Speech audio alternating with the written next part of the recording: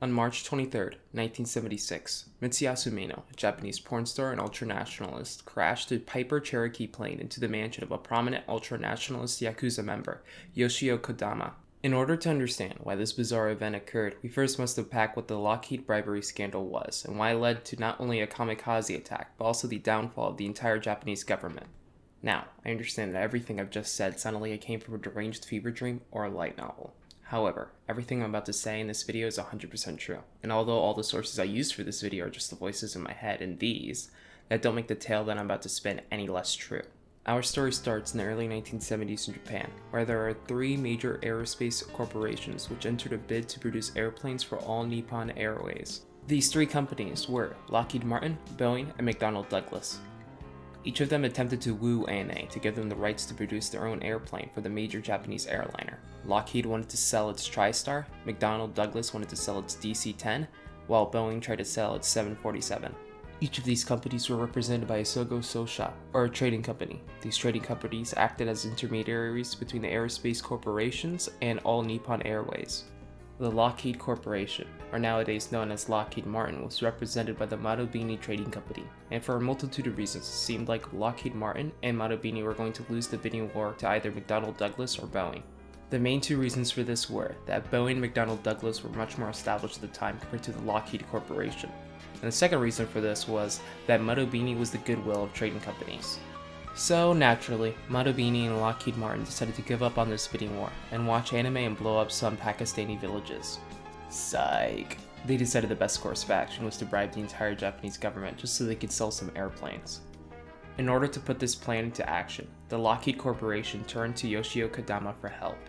Yoshio Kodama, who in the future would have his house blown up by Mitsuyasu Maeno, was a World War II veteran who committed acts that were questionable at best. After the war, he became a political fixer, basically someone who'd broker compromises between politicians and settle disputes. He also became a major Yakuza boss. Just like the video game? Yes, just like the video game, little Timmy. Yoshio Kodama referred the two companies to Kenji Osano, a major stockholder of All Nippon Airways and a close friend to Kakuya Tanaka, the fucking Prime Minister of Japan. The Lockheed Corporation and Marubeni paid Kenji Osano $200,000 in order for him to recommend the two companies to enlist the Prime Minister in order to convince ANA to side with the Lockheed Corporation. Hideo Himiya, the president of Marubeni, and A.C. Kurachan, the president of the Lockheed Corporation, decided to bribe Prime Minister Kakuya Tanaka to talk to ANA President Tojiro Wakasa for $7,530,000. Like shit, with that money you can buy one house in San Francisco.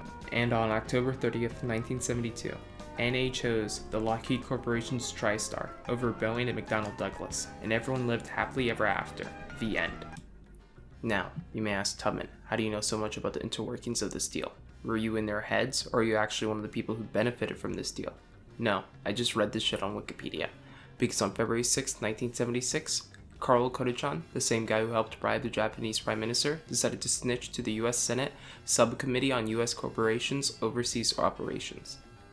Now you may ask why he did this, and why he decided to snitch on himself for no reason. I don't know, perhaps he just wanted to see the whole world burn. The New York Times summed up this controversy best by stating, quote, in 1976, appearing before a Senate subcommittee, Mr. Kodachan testified that in an effort to sell its airplanes in Japan, Lockheed had paid $12.6 million in bribes, fees, and commissions to Japanese businessmen and government officials. Mr. Kodachan also testified that in the early 1960s, Lockheed paid $1.1 million, which he described as a gift to a high Dutch official. That official was identified later as Prince Bernhard, the Dutch Armed Forces Inspector General and the husband of Queen Juliana of the Netherlands. Now, let's go back to Japan and see the consequences of Karl Kodachan's Senate ramblings. The fallout from the testimony rolled into motion a bizarre series of events for all the parties involved. The most immediate event, which took place after the testimony, was the arrest of Kakuya Tanaka, Yoshio Kodama, and other Japanese officials who helped carry out the bribe. However, this trial's most significant development would come to how it spurred an emotionally unstable porn star to take extremely violent actions. In order to understand why an actor turned porn star committed a bizarre act of political terrorism, we first must look into Mitsuyasu's background. Mitsuyasu was many things throughout his short life, but one thing that he always had been was a deeply troubled man. Born right after the end of the Second World War in 1947, he had terrible luck with love as he was married twice and then shortly after divorced. In the early 1970s, Mitsuyasu had difficulty attaining work, because although this was a great time of economic prosperity in Japan and he had a college degree, he wanted to become an actor. So naturally, he became an ultra-nationalist porn star. Before his untimely death, that we'll be getting to in 1 second, he appeared in 20 porn films, with his most popular scene being the 1976 film Tokyo Amale, where he was railing a woman while flying an airplane. However, for this video we will no longer be focusing on his sexual exploits, but on his far-right politics. Mitsuyasu Maeno became an ultra-nationalist after being red-sun-pilled by books from Yukio Mishima. Yukio Mishima was a prolific writer who gained a loyal fan base after writing books on Japanese traditionalism and anti-communism. Yukio Mishima is perhaps most famous for attempting an armed coup d'etat against the Japanese government in 1970. But that's a story for another time. In 1971, Mitsuyasu met Yoshio in a far-right meeting at Okura's hotel and was impressed by Yoshio's far-right politics. Although it's debated if Mitsuyasu ever met Yoshio after their meeting in Okura's hotel, it is true that Mitsuyasu admired Yoshio, since Yoshio was a political juggernaut who shared his beliefs. However, after the news broke that Yoshio Kodama, the war criminal and Yakuza leader, committed financial fraud, Mitsuyasu felt betrayed, just like I felt after Jessica started dating Brad. I will kill you both. Anyways, Mitsuyasu was heartbroken by these revelations and accused Yoshio Kodama of breaking the Bushido Code. So, naturally, the next logical thing to do was to kill the man you idolized for the past decade for committing financial fraud. I mean, honestly, if I found out that Oprah used fake checks, I would kill her too.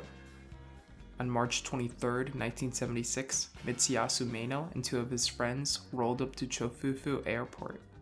They came originally to film a kamikaze segment for a film that Mitsuyasu was making. So, needless to say, they came all dripped out in kamikaze uniforms. Mitsuyasu and his two friends flew all over Tokyo with the two bros filming Mitsuyasu doing cool tricks. However, in the middle of filming, Mitsuyasu told his friends they had something important to do in Setagaya, which is a neighborhood in Tokyo where Yoshio Kodama lives. Now, in order to fully experience the events that took place that day, I am going to read an excerpt from a 1976 Times article. Minutes later, Maeno cut the Piper engines and shouted into his microphone the traditional kamikaze pilot's farewell.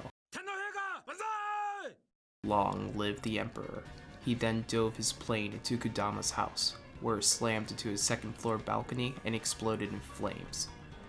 Maeno died instantly, but neither Kodama, resting in another room, nor any of his family or staff was hurt. This event took place in the middle of the trial for the Prime Minister and his entire squad. However, this event didn't really change the outcome of the trial. I mean, Japan has a 99% guilty rate, so they didn't really stand a chance. The Prime Minister was convicted, however, he died shortly before being yeeted to prison, and a similar thing happened to Yoshio Kodama. The Liberal Democratic Party, the party which Kakuyo Tanaka served, suffered several inter-party schisms because of the trial, but it still destroyed its opposition in every single preceding election. It didn't even seem like Kakuyo Tanaka was hated that much in Japan, since shortly before his death and while he was still challenging his case, he won his district by a large margin in the preceding election, literally winning more votes than any other candidate in the nation. There were a couple of wacky things that took place during the Prime Minister's trial that I would like to mention briefly. Kakuyo Tanaka's chauffeur, Masanori Kazahara, snitched literally everything to the police and then immediately killed himself, making his entire deposition mute. Because apparently in Japan, if a witness dies before a trial, that makes their deposition unusable in a court of law. So let's just say if you ever get into trouble in Japan, just discombobulate the people who snitched to the police and you'll be all good. One of the star witnesses for the prosecution was Mieko Anamoto, who snitched on her husband Toshio Anamoto, who was Kakuyo Tanaka's personal secretary, and said that she destroyed evidence of the bribes for her now ex-husband. Then Mieko, during the trial, became a Playboy star, and let's just say, similarly to Maeno, she makes it good. The trial was an extremely deranged event that took several years to complete, and basically in the end, the main people involved in the crime died before even serving 1 day in jail. Now, you may ask, surely, AC Kudachan, the person who literally snitched to the US Senate and caused all of this to happen in the first place, would face some sort of consequence. No, you guessed wrong. He didn't face any consequences because he didn't even do anything illegal. Because until 1977, when the Foreign Corrupt Practices Act was signed into law, it was legal for companies to bribe foreign governments to do their bidding. Before the law was passed, this was a widespread business practice. Here, AC Kudachan mentioned this phenomenon in an interview with the New York Times. Lockheed had become a scapegoat for 300 companies that the SEC said were doing the same thing, and Huntington and I are the scapegoats for the scapegoat. And this brings me to the reason why I made this video about a corrupt scandal in Japan during the 1970s. Because this story reminded me of the fact that there are plenty of horrible things that companies do overseas, but because they did it overseas, they suffer little to no consequences. I mean, Lockheed Martin is now a widely successful business, even though a couple of decades ago they were committing horrible acts of bribery. We should always be aware of what companies do overseas, and if they do something morally wrong, such as using Uyghur slave labor, we have the ability to make it illegal. And guess what? We actually did. The face one, the government can actually do stuff. The United States government actually saw a terrible case of financial fraud in this case, and made a law forbidding it from happening ever again. And we could pressure the government to regulate actions that companies do overseas. If you did enjoy this video, and my moral grandstanding, I hope you would like this video and die.